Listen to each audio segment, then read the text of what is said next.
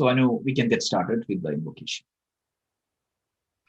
Om Sahana Bhavatu Sahanau Bhunaktu Sahaviryam Karavavahai Tejasvinavadhitamastu ma vidvishavahai. Om Shanti Shanti Shanti Hari Om Shri Guru Pyo Namaha Hari Om. Thank you, Anu. So welcome back to chapter 4 session, Gita chapter 4 session. Last week we had the introduction. We had a very good introduction of the whole chapter 4 theme. We said it's a natural progression from the second chapter and the third chapter, because the first chapter we heard what is the problem statement. Second chapter we had a comprehensive view of the entire Gita approach. On a high level, it is a two-stepped approach. One is called the Brahma Vidya and the second one is called Yoga Shastra. Brahma Vidya means the solution for our problem in this relative world of time and space can be permanently solved only by our real identity. Because our current identity, we think that we are pretty much our body and the mind, and the scope of our existence is only this time and place. And when we know that this body and the mind are the equipments given to me, and I do have a scope, or I do continue to exist beyond this time and space, that is the only way for me to eliminate all the sorrows. And this solution is what is being introduced in the second chapter. So, second chapter, verse 12 to almost 25, Krishna talked about this nature of your Atma. And also in the last portion, which is from verse 54 to 72, he talked about the nature of a person who came to know himself. So understanding yourself is the solution. But till then, till you understand yourself, how do you live your life effectively in this relative time and space? For example, as I said, if you are in a dream, you want to live a good life in the dream. You cannot just say that after the dream, I will have a good life, so it is okay to suffer in the dream. No, you want to live an efficient life. You want to be in an effective life, and you want to live a contented life, even in that relative world of existence. So, how can I transform my life here into a contented life, a life that is helpful to others, a life that is beneficial to myself, and a life that is efficient? So, that's where the Karma Yoga is introduced. So, the Karma Yoga essentially spiritualizes our day to day life. When it spiritualizes, it helps me to lead an efficient life. Helps me to lead an effective life. So this is what the theme of this third chapter.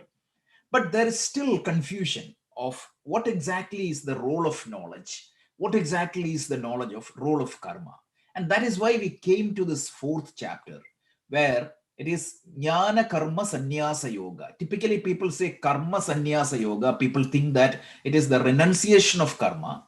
But this is not the physical renunciation of karma, because nobody can live their life without performing action. So, what type of actions I should do, and what is the difference between this knowledge and karma? What is the relationship between this knowledge and karma, and how can I get into that state of actionlessness without renouncing the physical actions? And that is what is the central teaching of this chapter, chapter 4. We said there are 5 topics in this chapter. The first few verses talks about the lineage of this knowledge, because this knowledge is not a product of Krishna's intellect, but rather it is a long traditional knowledge that came down from generation after generation. So the authenticity of this knowledge, or the source of this knowledge, what exactly it is the first portion. And the second portion is, means Krishna is talked about the avatara. What is an avatara, and what is the role of an avatara in the human life or in this world? So that is the second topic. And the third topic is, of course, about karma. Because the karma we talked in the third chapter, it is also elaborated a little bit more. What is karma? What is akarma? What is vikarma? What is the actions to be performed? What is no action? What is the action that needs to be avoided? All these topics were covered. And obviously it goes to the topic, how can you convert the karma into a worship? Because essentially that is the karma yoga. Karma yoga means I'm converting all my karmas into a worship. And finally, so the yajna typically was believed to be a Vedic ritual, is extended to every aspect of life. You would see that including eating, including sleeping, including breathing is converted into a yajna. So our life becomes an yajna completely. And finally, the last topic is the role of knowledge in human life. So this is what a quick recap of what we covered last week. Any questions?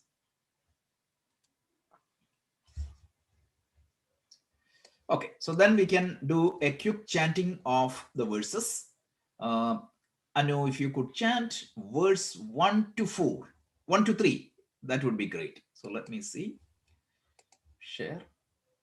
Okay.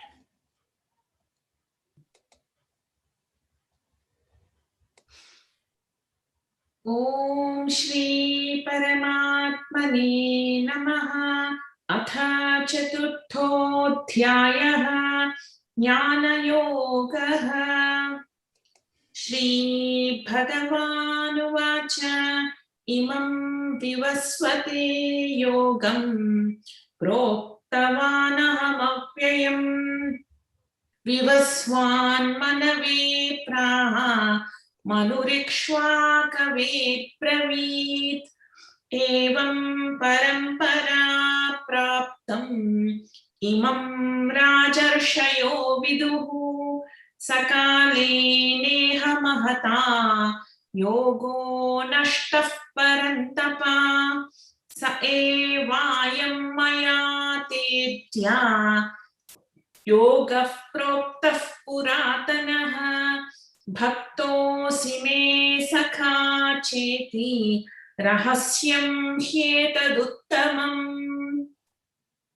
Excellent. So we will chant the verse once again. Shri Bhagavanuvaच imam vivasvate yogam प्रोक्तवानहम् अव्ययम् विवस्वान् मनवे प्राह मनुरिक्ष्वाकवे ब्रवीत्. Yeah. So the fourth chapter starts with a statement by Krishna. Usually, how is it? It is a question by Arjuna. So Krishna was trying to continue the train of thought he had been doing in the previous verse. So here he said, Shri Bhagavan Vacha. All of you know the meaning right now. I don't have to explain. What is the full meaning of Shri Bhagavan Vacha? Anybody? Bhagavan says. Who is Bhagavan? Sri Krishna. Having bhaga, Yes, sixfold qualities. Right. That's important. It is not merely Sri Krishna. It is the one who has the bhaga. Bhaga means the sixfold qualities. So he is the universal intelligence. He is the Lord of the universe. He is the one who has complete control over the physical, physiological, psychological, social order of the universe. So that Bhagavan said, he said, Imam vivasvate yogam. Imam vivasvate yogam proktavan aham avyayam. Let me share so that you can also see. So, Imam vivasvate yogam proktavan aham avyayam. So, this yoga, Imam vivasvate yogam, Imam yogam, this yoga, proktavan aham avyayam. This yogam, avyayam. Avyayam means imperishable. Aham means myself. Proktavan means I told this. I taught this. To whom? Vivaswan. So this yoga I taught to Vivaswan. This imperishable yoga, or this yoga which won't decay or which is stable, which won't cease to exist. This yoga I taught to Vivaswan. Vivaswan means the Lord Son, God in the form of Son. And then what happened? Vivaswan manave praha manu richwagave abravid. Vivaswan manuve praha. So Vivaswan, the Son, the Lord in the form of Son, taught Manu, and then Manu taught to whom? Ikshwaku. Manu Richwakave Abravid. Manu taught this or told this or taught this to Ikshwaku. This is the literal meaning of the verse. So the literal meaning of this verse, this imperishable yoga was taught to me by to Lord Son at the beginning of the creation. And then Lord Son taught this to Manu, and Manu taught this to Ikshwaku. What does that mean? Can you think about that? Isn't it superstition? What does that symbolically mean? How can you teach something to Sun? We know that Sun is a massive gas, ball of gas with billions of pounds. Isn't it superstition? Sun represents universal intelligence. Yeah, now let's talk about that, right? So we need to understand beyond this literal meaning. So let's try to understand every aspect of this. So it starts with this Imam Yogam. What is this Imam Yogam? This yoga. When you say that this boy or this book or this subject, it implies something, right? The other person already is pointed towards that. So when Krishna said this yoga, he is referring to a yoga which he has been talking earlier. Isn't it? That's common sense. So he's not introducing anything new. In the second chapter and third chapter, he has been teaching us. And that's exactly what it is. So what is the key content taught in the second chapter and the third chapter? So this Imam Yogam represents what? This yoga, when he say, this yoga represents to what? What is the key subject matter of chapter 2 and chapter 3? First and foremost is Brahma Vidya, the knowledge of the Absolute. And the second aspect is Yoga Shastra. It is the vision of yoga. And what is the vision of yoga? Means on a high level, it is Karma Yoga, but all the other yoga comes into that fold. So it is the knowledge about the Absolute, and it is the sadhanas that get you prepared to receive that knowledge, to be very specific. So Karma Yoga, Upasana Yoga combination, along with the Jnana Yoga, is what is referred here. In other words, Brahma Vidya and Yoga Shastra is what is referred in this verse. So this yoga, which I'm teaching you, which I taught you, or which I've been teaching you, is what is referred here. And it includes the Brahma Vidya, which is the truth about yourself and the truth about the universe. That is Brahma Vidya. And what is Yoga Shastra? Yoga, we heard that it is, remember the two definitions of yoga? One is, or two derivations of yoga. The first derivation is yuj. Yuj means yuj yojane, that which connects you to the higher, from your current state of that individuality to the total. So any sadhanas that really help you to connect to that higher existence is yoga, and that is jnana. That is why the knowledge is known as jnana yoga. So jnana yoga, when you talk, it refers to the definition of yoga as a connection, as an integration, as a union. Whereas the second definition or interpretation of yoga is yujiro iti samadhi or yujiro iti nirodha. That which helps you to get a stable, pure, controlled mind is yoga. So that is the second aspect. So the whole karma yoga, upasana yoga, in between you have bhakti yoga, hatha yoga, jnana yoga, laya yoga, all these yogas is what? Where exactly it can take me? The bhakti yoga. What is the ultimate destination of bhakti yoga? Bhakti never gives you the moksha, liberation. The bhakti will give you or take you to a state from where you can gain the knowledge. So that the yoga, the word yoga used there is pretty much limited to the meaning nirodha. So this is made very clear in the Patanjali Yoga Sutra. This is made very clear in the Bhagavad Gita. So that is why there are hundreds of disciplines of yoga. All these yoga would come into one of these two buckets. That is why the whole spirituality is a two-step process. The first step is to gain that state called nirodha or samadhi. And then from there, you get into this state of liberation or moksha or kaivalya. So any practice that helps me to take to one of these destinations is yoga. We joked about this example. When you go to the airport, Newark airport, you see an Air India flight with a boat New Delhi. You know that this flight is not New Delhi, but you know that by getting into this flight will take me to New Delhi. So the karma yoga is not nirodha directly, but when you follow the karma yoga, it is going to take you to the nirodha.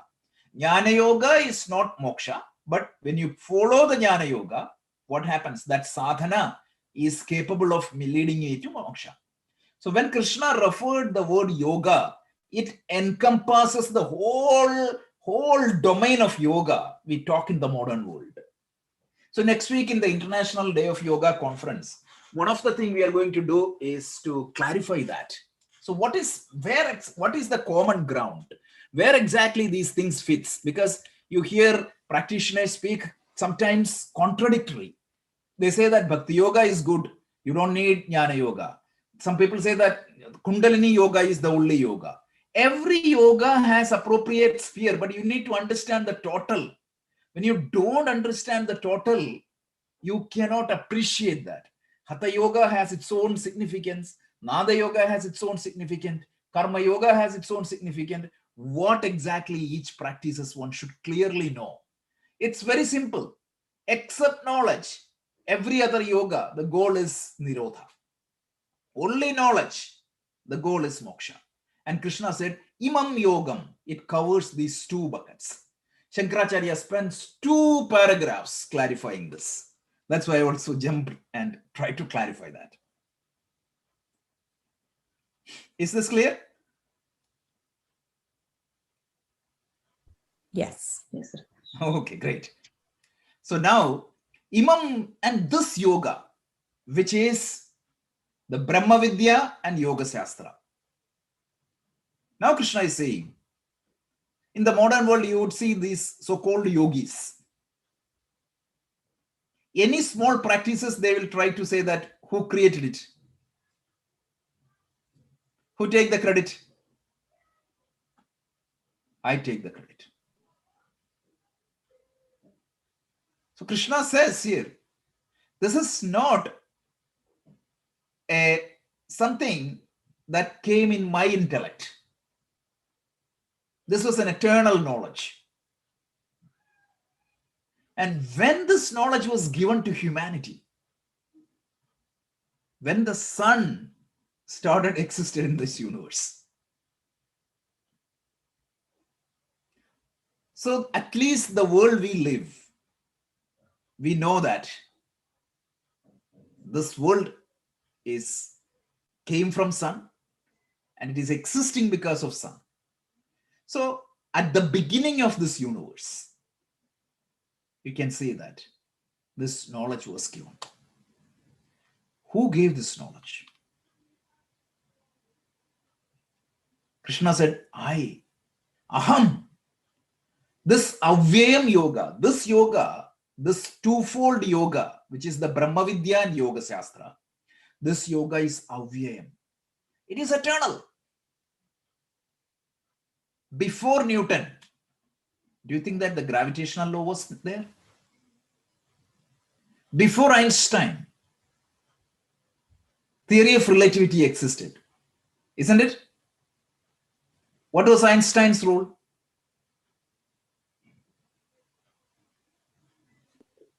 Or Newton's role? Or Kepler's role? They just uncovered it. Discovered it.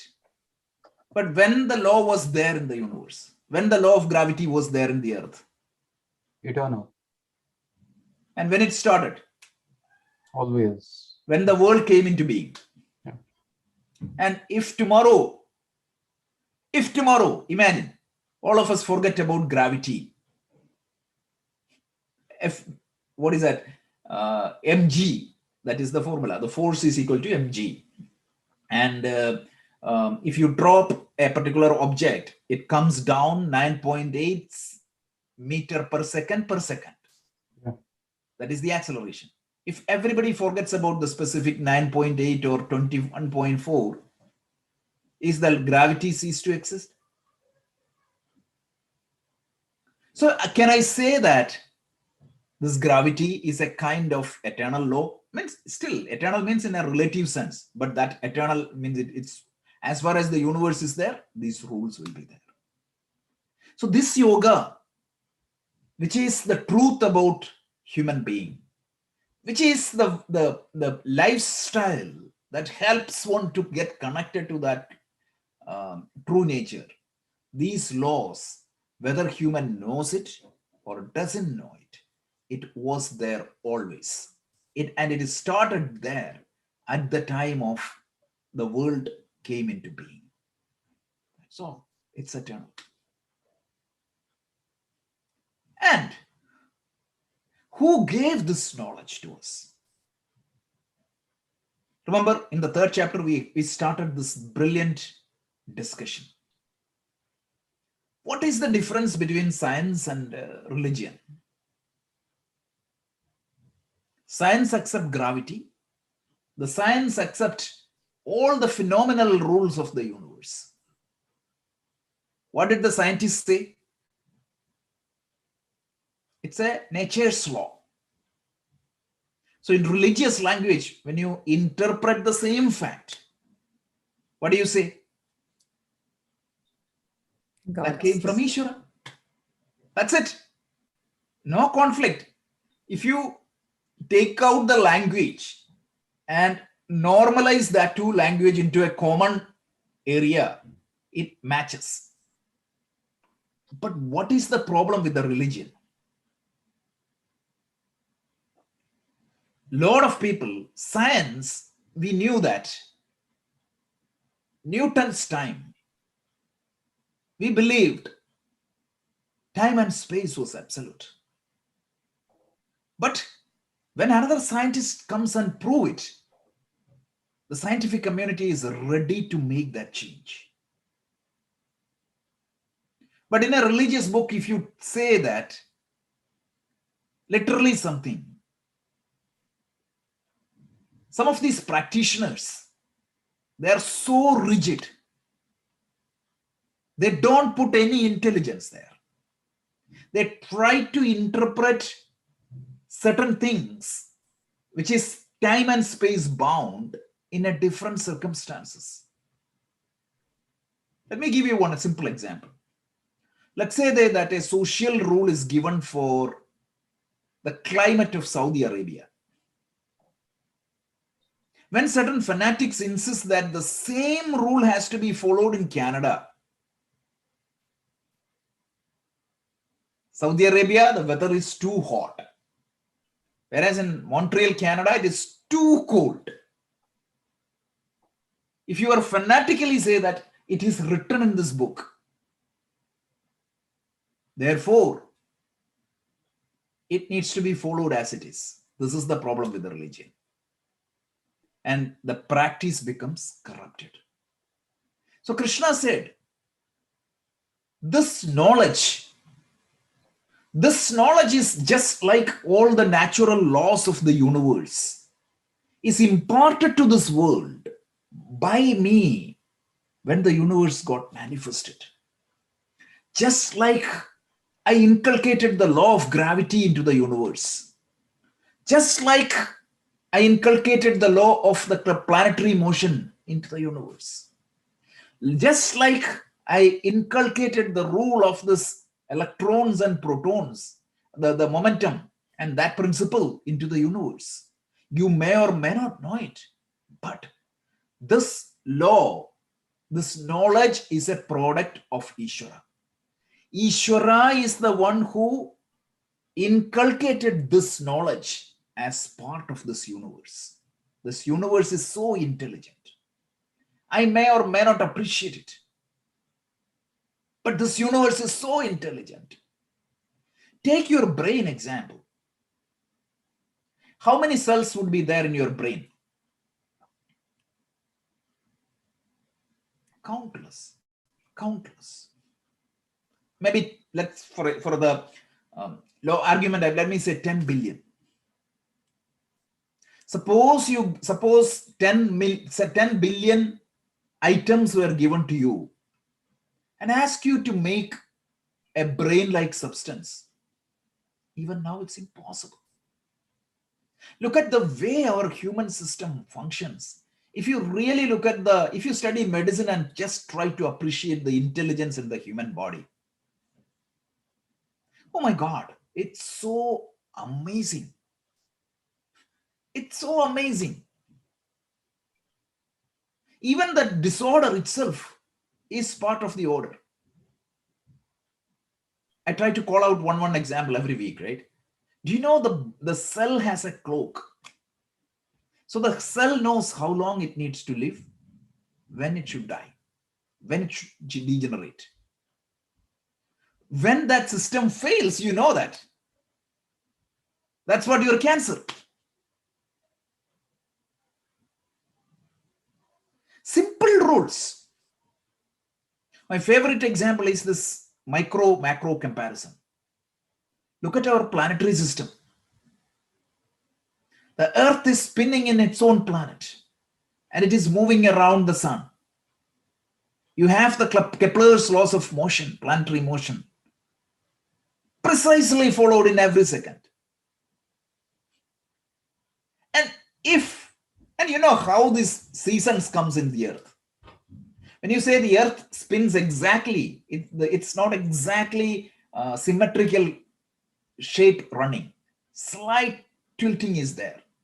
That's why sometimes you see that the sun is coming towards you. Sometimes the sun is moving away to you. It is called Uttarayana and Dakshinayana. And the season changes because of that. And there are certain days where the day and the night is exactly the same. So if that was not there, the whole Earth had one season. But seasonal change is extremely important for us. So look at the intelligence. Look at the intelligence. If that momentum of the Earth is slightly low, the Earth will be pulled back into the center of the Earth, the sun. Look at the other way. If it is slightly large, the Earth will go out of the orbit. And look at the way we get the energy. Third chapter, we saw that. So this intelligence is programmed into every cell of the universe. This knowledge is given at the time of creation. Along with every knowledge, this yoga was given. And initially, whenever you give a knowledge, so he said, Vivaswan Manave Praha. Who is Manu? The ancient, see, the human beings are called Manava because we are descendant of Manu. So Manu is considered as the first human being. That is the idea. So we have a very pretty much similar story, just like they have in the Bible. So in the Bible, you have, right, Moses, who took all these species into a like a boat and go. A very similar story is there. I don't want to go to that story and all, but Manu represents the first human being. So Krishna tells he knew this law, and he faithfully transferred to his next generation, which is Ikshwaku. And this Manave means Vivaswan Manave Praha, Manu Ikshwaku Abravid. So this knowledge was given to humanity, and initially it used to faithfully means passed from one generation to the other. So once again, Imam Vivaswate Yogam, this yoga, which is the twofold Pravritti Nivritti, or Brahma Vidya and Yoga Shastra, or Karma Yoga and Jnana Yoga, this combination of yoga was given to me, to the humanity at the beginning of this universe. And it was faithfully transformed, means handed over to next generation by the initial set of people. That's all it means.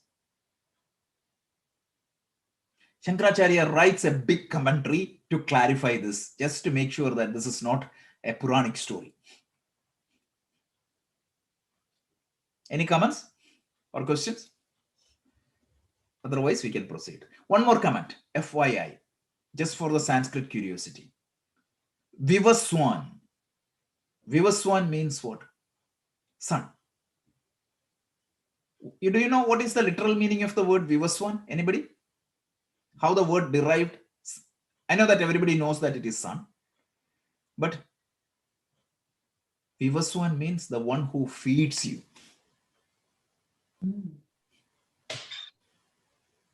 Honestly speaking, who is feeding us? Think through that. Because of sun, all the Yeah, you may say vegetable, But that comes from the sun. but from where the vegetable got the food? sunlight. Look at the depth of the meaning. Vivaswan. So Vivaswan, that word is used. The one who feeds us is sun. Excellent. So let's go to the next verse then.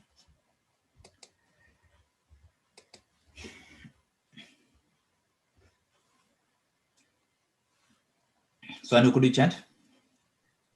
Evam parampara praptam imam rajarshayo viduhu sakale neha mahata yogo nashtah parantapa.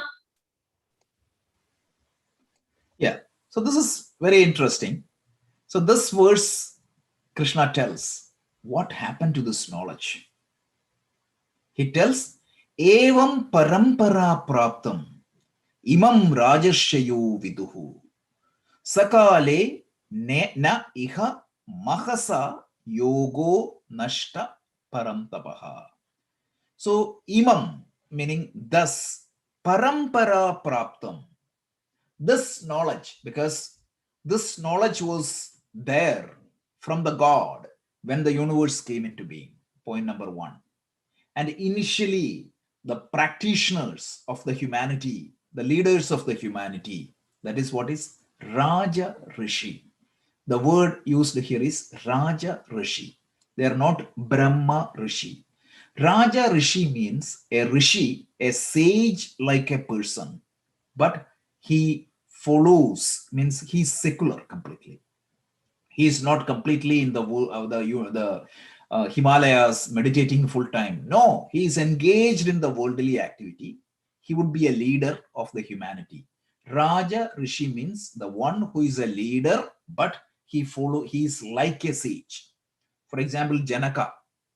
We know that Janaka is a Raja Rishi. So these Rajarshis, the initial leaders of the humanity, knew this. Vidu means knew this yoga.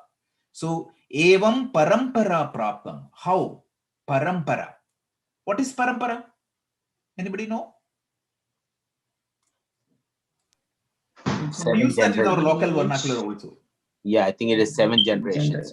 Yeah, parampara means it is generation, right? Or lineage. That's what it means. So, but look at this word from the Sanskrit. You need to understand from word to word. Param, param, para, para, para. What does that mean? Para means what? Other. Okay. Again, para means what? Other, other. So from me, it goes to my next generation. From there, it goes to next generation. That's what it is, parampara. Literal meaning. So this yoga, this teaching, it handed over from generation to generation. Parampara praptam. And the Rajarshis, the leaders who are like sages, the initial practitioners, the leads, Viduhu means knew this. But have you played the game of telephone? Anybody know what is the game of telephone? In management lessons, we use a lot, right? Yeah. Miss each other's calls. Yeah. So you tell something to the next person sitting to you. He will tell that to the next person. Let's say that 12 people in the room. When the 12th person is supposed to say that loud. And when the 12th person describes that, do you know what happens? The first message is completely lost. Completely, sometimes it is opposite. So initially, this yoga was there. There were a lot of good practitioners were there. And what happened? They started giving this teaching to the next generation. They started giving that to the next generation. And over a period of time, what happened? Sakale neha mahata, mahata kali. When there was a long, after some time, mahata kali, meaning long time, by long time, what happened? Yogo nashta. This teaching became corrupted. The teaching became corrupted. So this is the aim of the yoga. And this yoga was taught to the humanity by the Ishvara. But what happened? These yogis became corrupted because the dharma can be followed. Dharma means what? The natural order of the universe. It can be followed only when there is a dharmi. A person who faithfully follows that. So initially the yogis were good, but over a period of time, what happens? The yogis became corrupted. And yogo nashta parantapaha. Do I have to tell you this now? Even now you are seeing that. Look at not just in Hinduism, every religious tradition. You see that, right? Fanaticism creeps. Rigidity creeps. Wrong misinterpretation creeps. And as a result, what happens? The real teaching becomes corrupted. A teaching which was created and visualized the entire humanity as one was reduced to a caste system. And some people quoted the scriptures as their means of justifying these wrongdoings. Do you know, there were times people used to do these belies and all these wrong practices. And they perform these wrong practices. And they call it as what? Spiritual practice. So it's a warning also given by Krishna. Don't take just literally. So that's why our tradition typically tells us 3 things you should look into before believing something blindly. We call it as Shruti, Yukti, and Anubhava. At least most of these things needs to be aligned. And also, we say, right, Patanjali very clearly tells in his Yoga Sutra, he tells Pratyaksha, Anumana, Agamat Pramanani. Before you take something as correct, there are three means of knowledge. And at least majority of these three has to be aligned. Your direct experience, your inference, and what is given by science and the scriptures.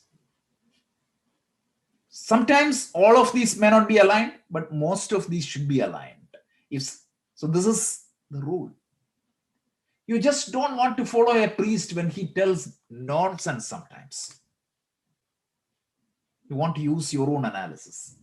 This warning was given, this problem was there even at Krishna's time. This Karma Yoga, Upasana Yoga was given, the Jnana Yoga was given, and what started? Wrong practitioners came. So how these wrong practitioners came? Yoga Sutra, you see that. When people, the practitioners get controlled by Raga Dvesha, not by Dharma, what is going to happen? Their teaching becomes corrupted. Very important who your teacher is. And that is the problem in the modern world. When you don't have that type of teacher, you have to use your own conscience and your own analysis. The scriptures are in front of us. So once again, this verse Krishna tells, this knowledge which was imparted to humanity at the time of the world came into being by myself, which was faithfully followed by the Raja Rishis, the initial leaders of humanity. But what happened? As time passes, just like any other knowledge, the knowledge gets corrupted. The teaching gets corrupted. So in the name of, in the modern world, look at the human history. The maximum war was waged in the name of what? God. Exactly. Religion. Yeah. How is it happening? So they basically feed on your insecurities and fears, right, Rajaji? Yeah, and vested interest comes into picture, and people corrupt this teaching, and they try to misinterpret it, and the teaching becomes corrupted. So when the teaching becomes corrupted, what is going to happen?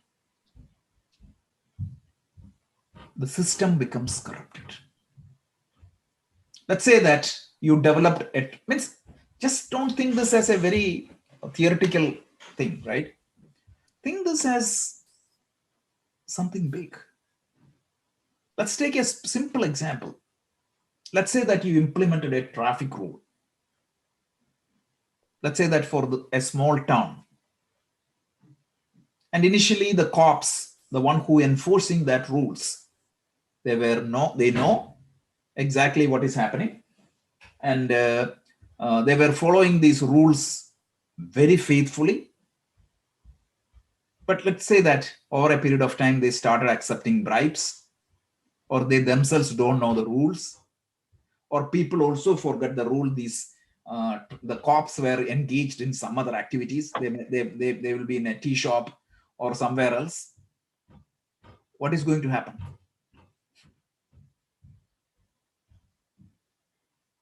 Chaos.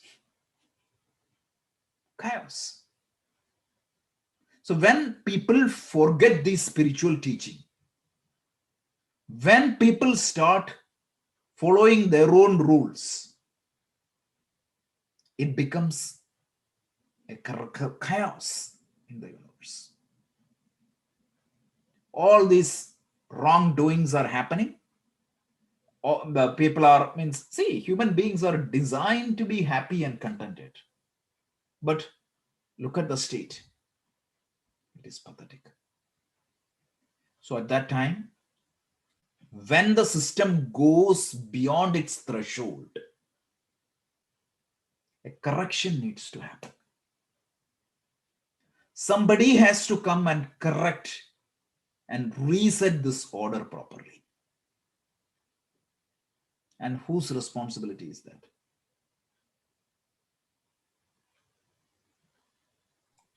Bhagavan's responsibility. Yeah. And that's what we call it as an avatar. So that's why we said even the disorder is part of the order. It gets decay. And finally, it goes beyond a limit. Some adjustment needs to happen in this universe. Mind you, I'm very carefully using that language. Avatara people say that God out of his will come to save humanity. No. Just think that. The universe was set into motion with certain laws and operating model. Eventually, the practitioners decay or degrade. These rules will not be followed faithfully. That introduce some chaos in this universe. And when that chaos goes beyond a certain limit, an adjustment or a readjustment is required in this universe to stabilize the universe. And that intervention comes from the universal intelligence. And that intervention is known as avatar. We are going to talk about that in detail. So let's hold that topic right now. But right now, what Krishna is saying is this teaching got corrupted. And pretty much it is natural. Don't blame anybody. And look at the modern yogis. You will see that. Just see where, means I was talking to a lot of people as part of these events, etc. I'm just telling you honestly, a lot of times you feel so disappointed that these so-called yogis, their goal is to brand themselves. It's like a day job for them. It's like I earn, it's okay, but you have to say that, that's all. They are not gurus or anything like that.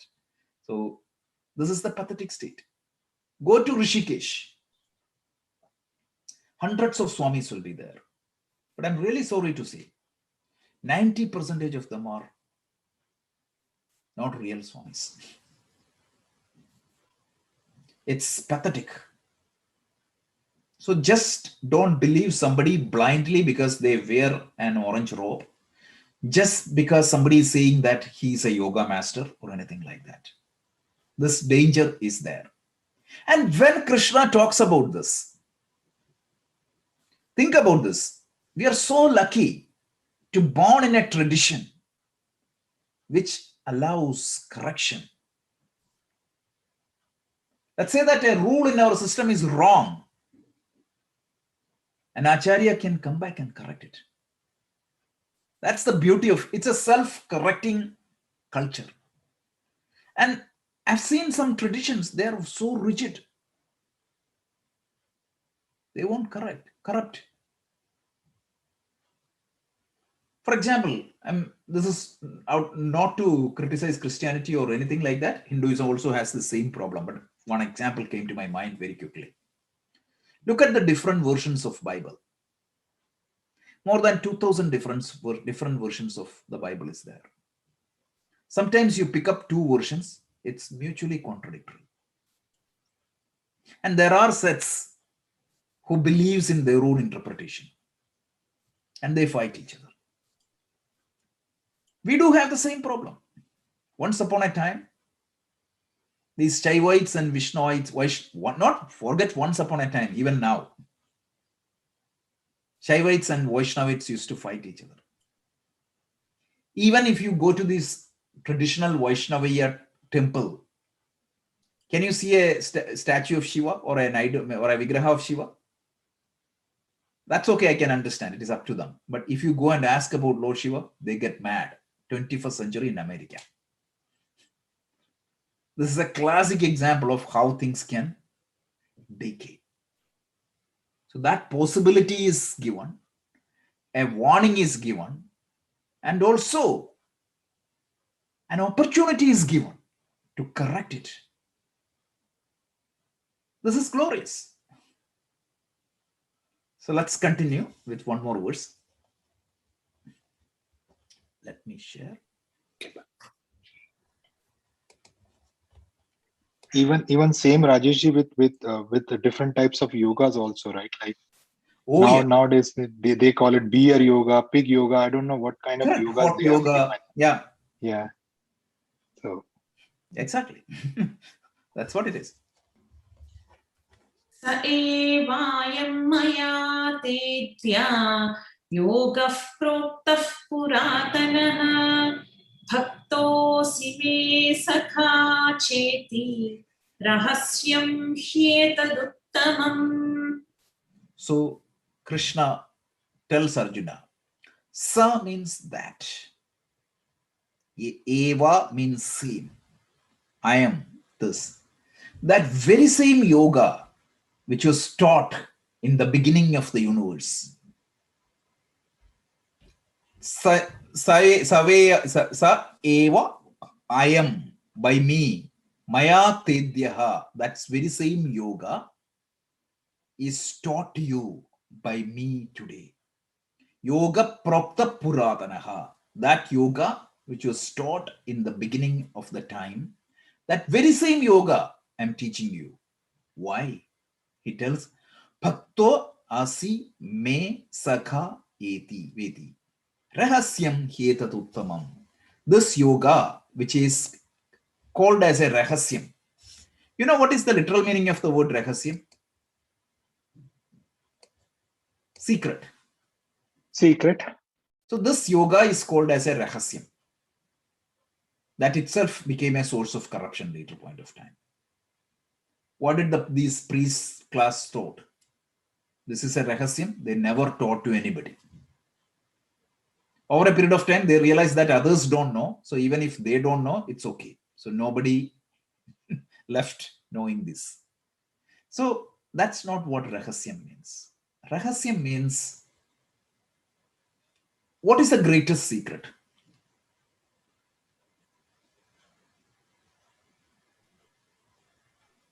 The knowledge That- about you. Yeah, but why it is rahasyam? Swami Dayananda gave me he was telling the greatest example. Why this is rahasyam? I was asking him this question. He said, like, suppose you tell somebody about something. Even after telling them, he is not getting. That is the greatest secret. That cannot be revealed easily. That's all it means. So the scriptures has been crying that your Atma, your essential nature is Brahman, reality, everything. But it's very hard to understand. That's all it means. This is something that needs to be propagated, please. Please, let's not keep it as a secret. It only means that even it is very difficult to communicate. That's all.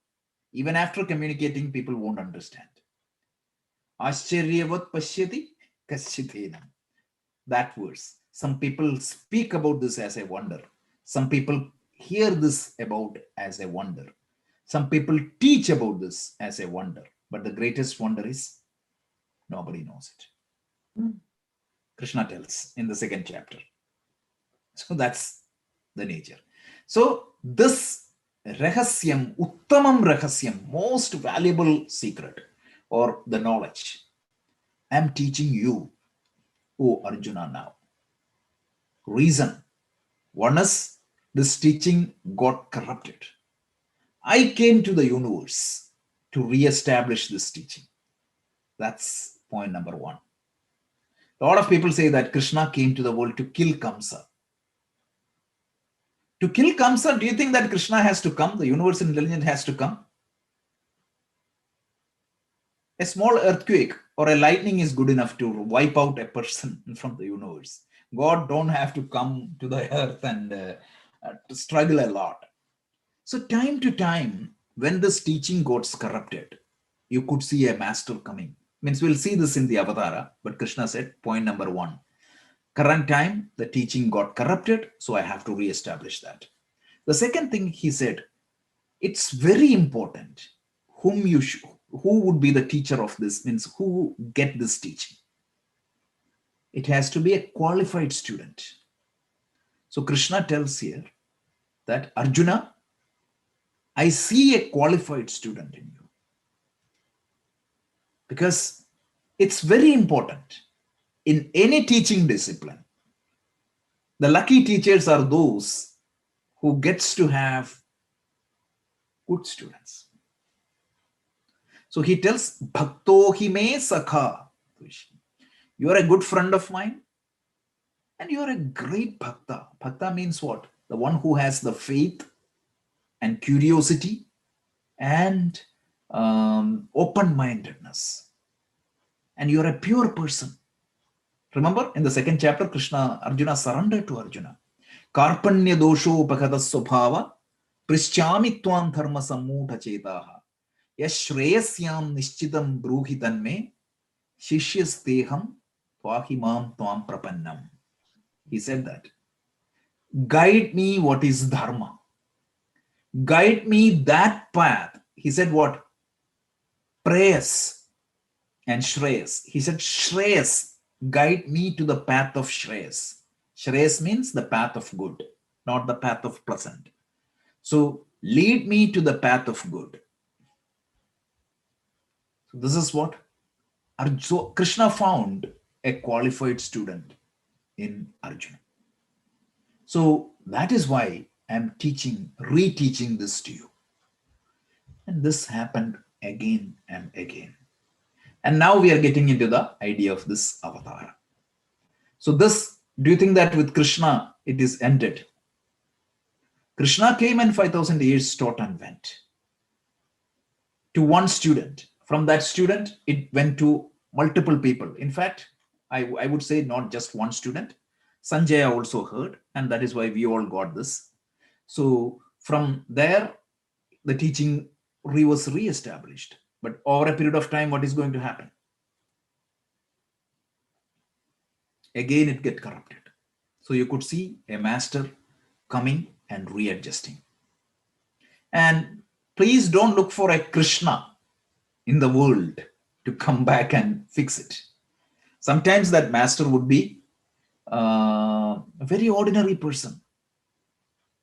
You could see Ramakrishna Paramahamsa. We know, right? They say like Stapakaya cha dharmasya sarva dharmaswarupane avatara varishtaya Ramakrishnaya te namah. Sometimes it would be a child, sometimes it would be an incident. So there will be interventions for some readjustment. So that is the glorious topic, one of the most interesting topic of Gita, which you will see not next Sunday, but the Sunday after that, because next Sunday we have this big program. So we'll focus on that. Please join Saturday and Sunday. Means we will text the correct time. My understanding is that it is 9 to noon, but we will confirm that.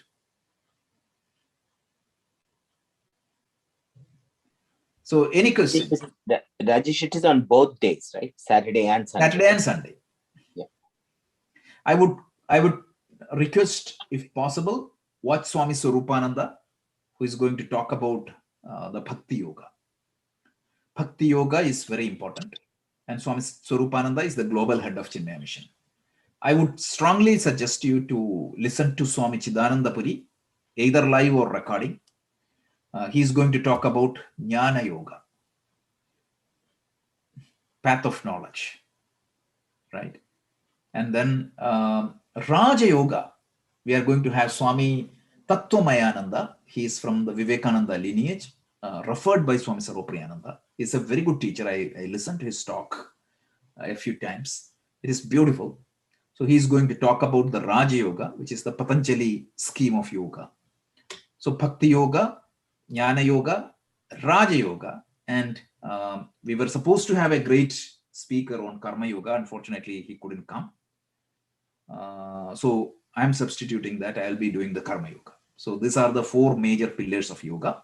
But then there are talks about the Hatha Yoga, all these other small disciplines of yoga. There will be talk. And one unique thing about this particular event is it is going to talk about all these major so-called pillars of yoga. And it's talking about all the different limbs of the Patanjali Yoga Sutra. What is Yama? what is niyama, what is asana, pranayama, pratyahara, dharana, samadhi. So no other yoga event is so, it is organized in that way. Means I cannot say that other events are not there, definitely not, but this event has it. So we'll give the details more. So looking forward to that event.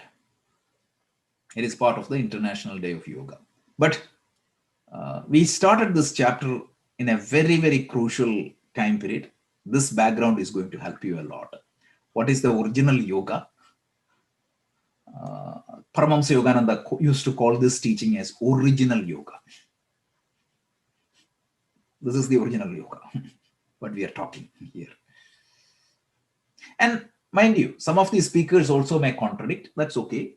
It's a perspective, but we need to be strong. We need to have that strong vision and clarity. Any questions or comments? Rajesh, I just wanted to make one comment. It's maybe a bit outside this topic, but then generally, all our understanding, all we are trying to learn here, the nature of yoga, the reason, and then the why we are doing it all is kind of linked to the human race and then the earth as it is, right? But when we say universe, it is beyond that. Like, we have this galaxy, everything goes beyond that, right? So is there any answer why? I mean, probably there is, of course, a reason for the universal intelligence to create the other things too, not only the human, not only the earth and all, right? So, I mean, generally I'm asking, is there any answer to any of that question, or we are still trying to understand that? I don't know. I just sometimes I think why Definitely, right? This universe, everything has a role. But what is the challenge? My intelligence and capacity to know is not that big, which goes beyond our Earth and our planetary system. So, but I believe in that universal intelligence. So when I completely trust in that total, see, look at an amoeba. Amoeba has a space in this universe. But when an amoeba look at the life of you and I, it's like a Brahmaji's life for me, right? Right. It cannot comprehend completely the changes happens to a human system. Nothing, it's impossible. But that doesn't mean that the other things has a value or it is existing there. So let's surrender to that universal intelligence. And Krishna comes back in the Bhagavad Gita, later tell, right? Focus on where it is important to you to focus. Should I worry about a potential shutdown of the sun tomorrow? Should I worry about how do I live a spiritually strong life here? What is my priority? Yes, from a scientific perspective, if my job is a scientist, definitely I should do that. But for operational life perspective, I should focus only on my life, how I can spiritualize my current life. And the first priority for any being is Karma Yoga. And that's where the start is. And one more thing. Why this Karma Yoga is emphasized? In the Patanjali Yoga Sutra commentary, Sage Vyasa makes it very clear. Let's say that this Yama Niyama is not given, or the Karma Yoga is not given. And you were trained in this Upasana Yoga pretty much. You gain your complete control of your mind. Your mind can stay where you want. You become a dictator, or you become a very dangerous person to humanity. Look at Ravana. Look at Hiranyakashipu. All they had tremendous control. Purana tells us they did penance for years. They had all these mental powers, etc. And where they use that power? To destroy human beings. So very important. You need to have that Yama and Niyama, or the Karma Yoga followed. So the starting point is Karma Yoga. That dharmic lifestyle cannot be replaced by any other spiritual practice. Makes sense, right? Yeah. Mhm. Thank you. Okay, so I know we can chant these 3 verses once again and do the invocation, and then we will continue from not next week but the week after that. ॐ श्री परमात्मने नमः। अथ चतुर्थोऽध्यायः ज्ञानयोगः। श्रीभगवानुवाच इमं विवस्वते योगं प्रोक्तवानहमव्ययम् विवस्वान्मनवे प्राह मनुरिक्ष्वाकवे ब्रवीत्। एवं परम्परा प्राप्तम् इमं राजर्षयो विदुः। सकाले नेह महता योगो नष्टः परन्तप।